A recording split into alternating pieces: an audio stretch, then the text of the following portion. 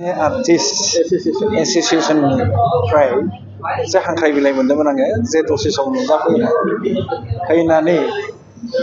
BTR गभर्नमेन्टनि जा स्पन्सराव 6 बड' फिल्म एवार्ड सेरेमनि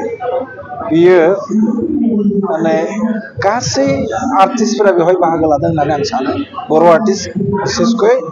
सिनेमा जगतनि गासै एक्टर बिथांमोना बाहागो लादों बेयो ओरैबायदि मोनसे थाखोआव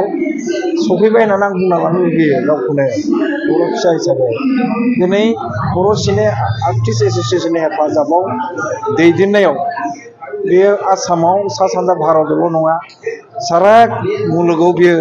दा बर' फिल्मा गोसारगासिनो दङ आरो बेबायदि हाबाफारिनि गेजेरजों निस्सय जोङो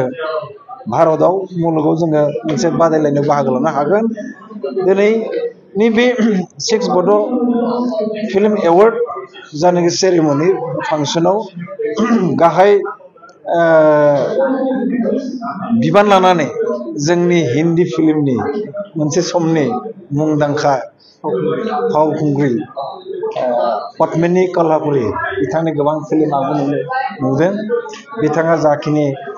मेथाइ खनबाय बिथांनि जानि स्पिचनि गेजेरजों निस्सय जोंबो बर' फिसाफोराबो बर' सिने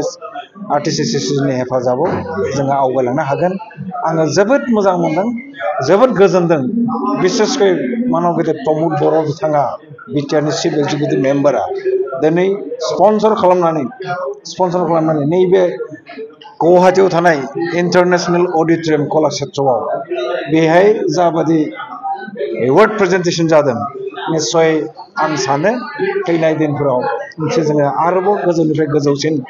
थांनो थाखाय जों मोनसे बिराद मोनसे साहस बिराद मोनसे थुलुंगाना मोनदों होननानै आं बुंना लायो आंबो आंनि बिजानिफ्रायबो बर' कसारि वेलफेयार अट'नमास काउन्सिलनिफ्रायबो आङो बिटिआर गभर्नमेन्ट लोगोसे पद्मिनी कल्हापुरी लोगोसे बर' सिने